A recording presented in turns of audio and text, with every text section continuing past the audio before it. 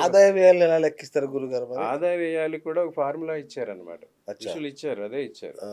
ఆదాయ వ్యయాలకి చెప్పి ఏం చెప్పారంటే, ఇప్పుడు మనం చెప్పుకున్నట్టే, హ్మ్. ఏ చైత్ర శుద్ధ పాడ్యమి నాడు ఏ గ్రహాధిపతి పాలకుడైతే ఆ వారాధిపతి రాజు అవుతాడని చెప్పాం. అవును. అట్లాగా ఈ గ్రహాలకి అందరికీ ఒక స్థిరాంకం ఇచ్చారనమాట. Some constant point. Okay. Pi is equal to 22/7 అన్నట్టుగా ఒక స్థిరాంకం ఇచ్చారనమాట. సూర్యుడి నంబర్ 6, హ్మ్. చంద్రుడి నంబర్ 15, కుజుడు 8, ఓకే. బుధుడు 17, గురువు 19, శుక్రుడు 21, శని 10. వీళ్ళందరికీ స్థిర నంబర్స్ ఇచ్చేశారు. ఓకే. వాటిని ధ్రువాంకాలు, గ్రహాంకాలు అంటారు. అచ్చా! దీనికి ఒక ఫార్ములా చెప్పారనమాట. దీన్ని రాజసంఖ్య, దీని గ్రహ సంఖ్య అంటారు, రాశి సంఖ్య అంటారు. ఆ! రాశ్యాధిపతి ఎవరైతే వాళ్ళకి స్థిర సంఖ్య. ఓకే. ఈ ఈ సంవత్సరం నాడు ఎవరైతే రాజు అయ్యారో ఆ సంఖ్యను తీసుకోవాలన్నమాట. ఓకే. రాజసంఖ్య రూపశ్చైకం అచ్చా! త్రిగుణం పంచాయతనం పంచాదశ హరేద్భాగం ఆదాయ ఇవముచ్యతే అని చెప్పి ఒక ఫార్ములా చేశారు. హ్మ్. రాజసంఖ్య అంటే ఈ సంవత్సరానికి రాజు అయిన వారి సంఖ్య. ఓకే. ఎవరు ఈరోజు సంఖ్య రాజు? రవి. సూర్యుడు. ఆ! ఆయన నెంబర్ 6. మీ రాశి ఏంటి? హ్మ్. మీ రాశికి అధిపతి ఎవరు? మీ రాశి ఏంటి?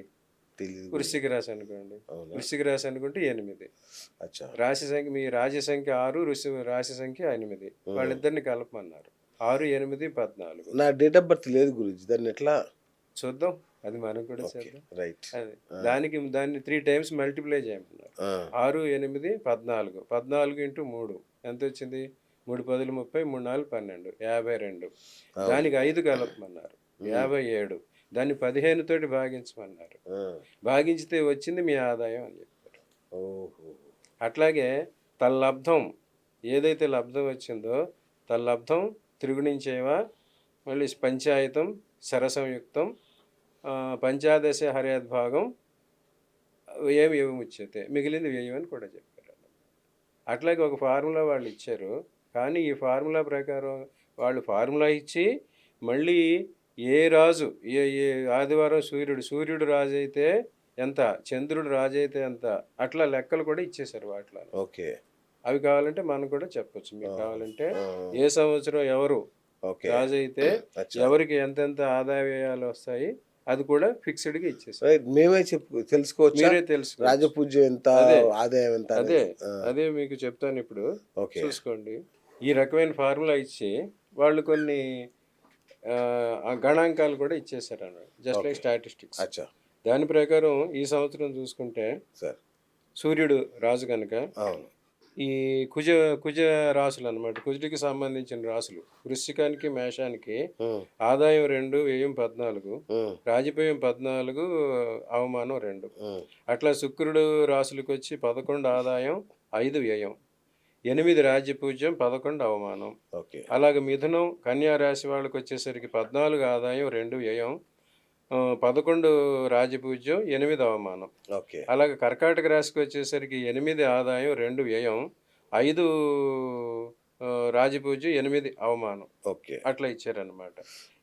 ఇలా ఇచ్చినప్పుడు ఎవరు ఏ ఏ రాజు ఏ రోజు ఏ సంవత్సరం నాడు ఏ గ్రహం అధిపతి అవుతారో వాటికి సంబంధించిన వివరాలన్నీ ఇచ్చేశారనమాట. ఓకే. ఈ ఇచ్చిన వివరాలు, ఈ గణాంకాలు వారు చెప్పిన ఏదైతే ఫార్ములా ఇందాక ఉందో, రాశిసంఖ్య రూపశ్చైకం త్రిగుణం సరసంయుతం పంచాదశ హరేద్భాగం అనే ఫార్ములాతో టాలీ చేస్తే టాలీ కావటం లేదు. అచ్చా! వారిచ్చిన గణాంకాలే వారిచ్చిన ఫార్ములా ప్రకారం టాలీ కావట్లేదు. ఆ! ఆ ఫార్ములాలో కూడా కొన్ని తప్పులు వస్తున్నాయి. ఓకే. సో అవన్నీ వచ్చిన చెరుకు ఎలా ఉంటుందంటే అది లేదు. ఇవన్నీ చెప్పి మళ్ళీ ఇంకోటి కూడా చెప్పారనమాట పంచాంగకర్తలో. లాభం జయాపజయో వృద్ధిహీనం రోగమారోగ్యంచ వృద్ధిహీనంచ ఏతత్ ఆదాయ ఫలం ఉచ్యతే అని చెప్పారు.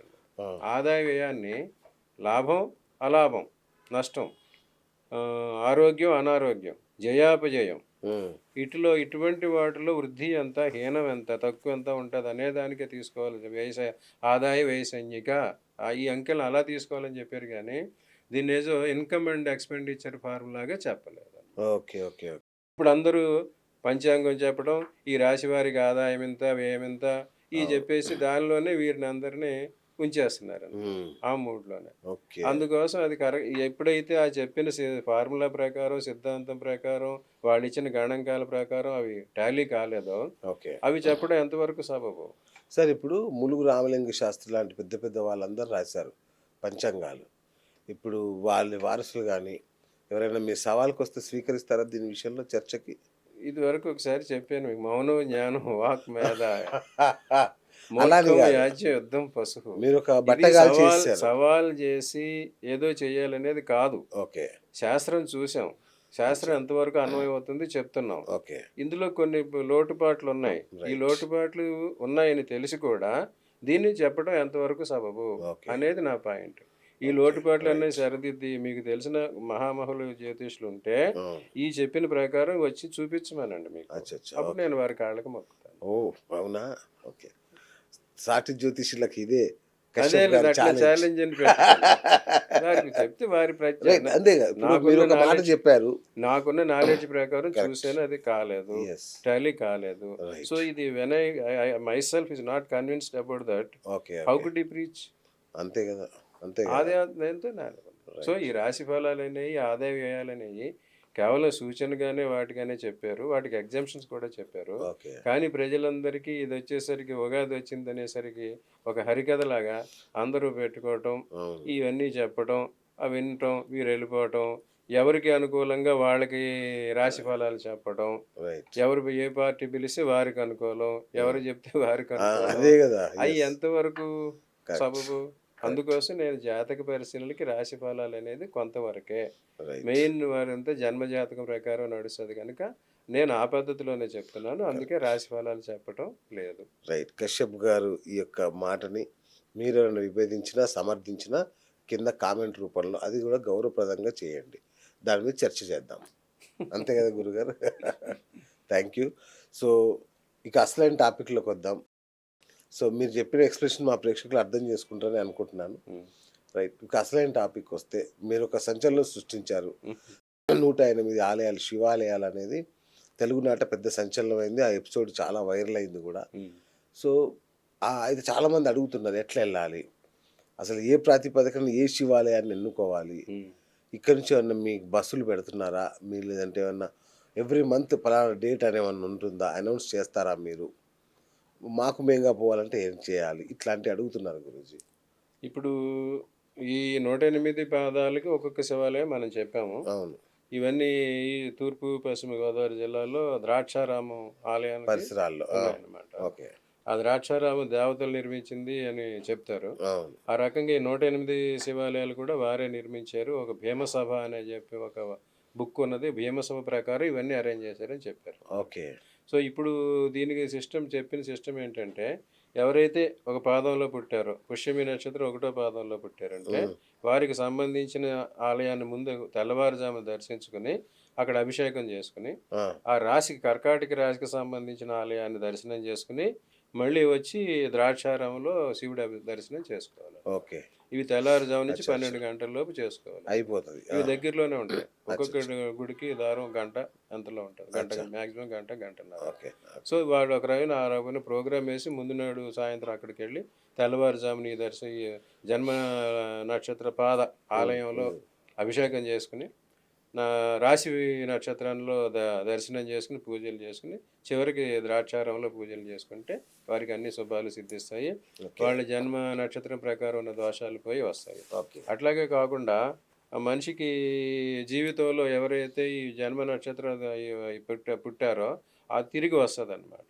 వారు జన్మించిన తిథి, జన్మించిన రోజు, జన్మించిన నక్షత్రం, జన్మించిన పాదం, ఏ రోజైతే మనం పుట్టినప్పుడు సిస్టమ్ ఉందో అవన్నీ లైఫ్లో ఒక టైం తిరిగి వస్తాయి. ఎప్పుడు ఓకే ఒక 5-6 సంవత్సరాలకు 12 వస్తుంది. ఓకే అటువంటి రోజును ఖచ్చితంగా వెళ్ళి చేసుకున్నారంటే వావ్ వాళ్ళకి మంచి ఫలితాలు వస్తాయి. సూపర్. అట్లాగే కొన్ని శాంతి నక్షత్రాలు ఉంటాయి. ఆరుద్ర నక్షత్రం, రాహు నక్షత్రాలు, కేతు నక్షత్రాలు, కుజ నక్షత్రాలు, ఆశ్లేష, అలాంటి గండాంత నక్షత్రాలు అటువంటివి ఉంటాయి. ఓకే అటువంటి వారు వాళ్ళ జన్మదినం ఎప్పుడైతే వస్తుందో తెలుగు తిథుల ప్రకారం జన్మదినం తీసుకుని అప్పుడు ఆ పాదం ఉన్న సమయంలో వెళ్ళి ఇటువంటి పూజలు చేసుకున్నా ఉపయోగిస్తుంది. ఓకే ఇప్పుడు మీకు ఎవరైనా కన్సల్ట్ చేసి కొంతమంది వస్తారు రాశికి సంబంధించిన వారు, అవును, అటువంటి అవును. వాళ్ళు వస్తారంటే ఉన్నారండి, అటువంటి ఆల్రెడీ ఒక వారిని 10 మంది ఉన్నారు. వారిని గైడ్ చేద్దాం. ఓకే. గైడ్ చేసి కావాలంటే తీసుకెళ్ళి ఏ రకమైన అర్చనలు చేసుకోవాలి ఓకే. అనేది కూడా మనం చెప్తాం.